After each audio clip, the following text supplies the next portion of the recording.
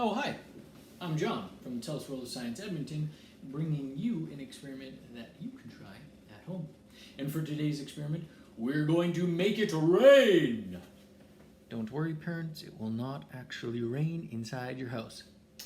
Not a guarantee. Okay, for today's experiment, we only need a few materials, not much. First things first, we need a mason jar. I'm actually using a mason jar that has round curved edges or round curved corners. I find that those mason jars just work best. We need ice cubes. We need some very, very hot, boiling hot water. In fact, and because we're using boiling hot water, we suggest that you do not try this experiment at home without the help of an adult. We want adult supervision just to make sure we're all safe. And finally, it's not necessary, but we do recommend using some food coloring. I'm going to use green food coloring. You can use whatever color you want. First things first, we take our food coloring and just one drop, one small drop, that's all you need, at the bottom of your mason jar. Then, with your boiling hot water, you're going to pour it fill it about halfway up your mason jar, just like so.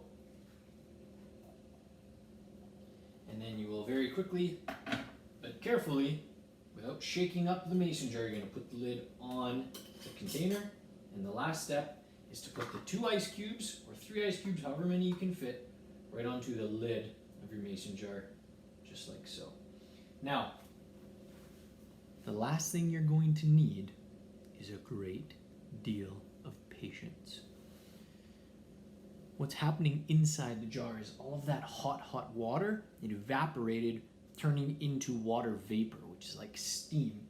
And so it was forming inside of our jar. And then when we put the lid on, we kind of trap that water vapor inside. And then we put the 2 ice cubes on top so that we help speed up a process called condensation. And that's when water vapor, which is water in gas state, condenses and turns back into liquid water.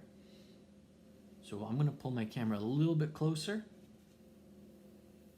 What you're going to start noticing, again, remember, you're going to need a lot of patience, is water droplets are going to start to form on the side of your mason jar on the inside, and slowly, as that condensation builds up, it's going to look like it starts pouring down the sides of your container, like it's raining inside your jar. Pretty cool. Thanks for joining me for today's science experiment that you can try at home. Make sure you stay tuned to this space for more experiments that you can try at home. Please make sure when you do this experiment, we want to know how it turns out. So make sure you use the hashtag #MyTuesday, share with your friends and family, and let us know what you think in the comment section below. See you next time.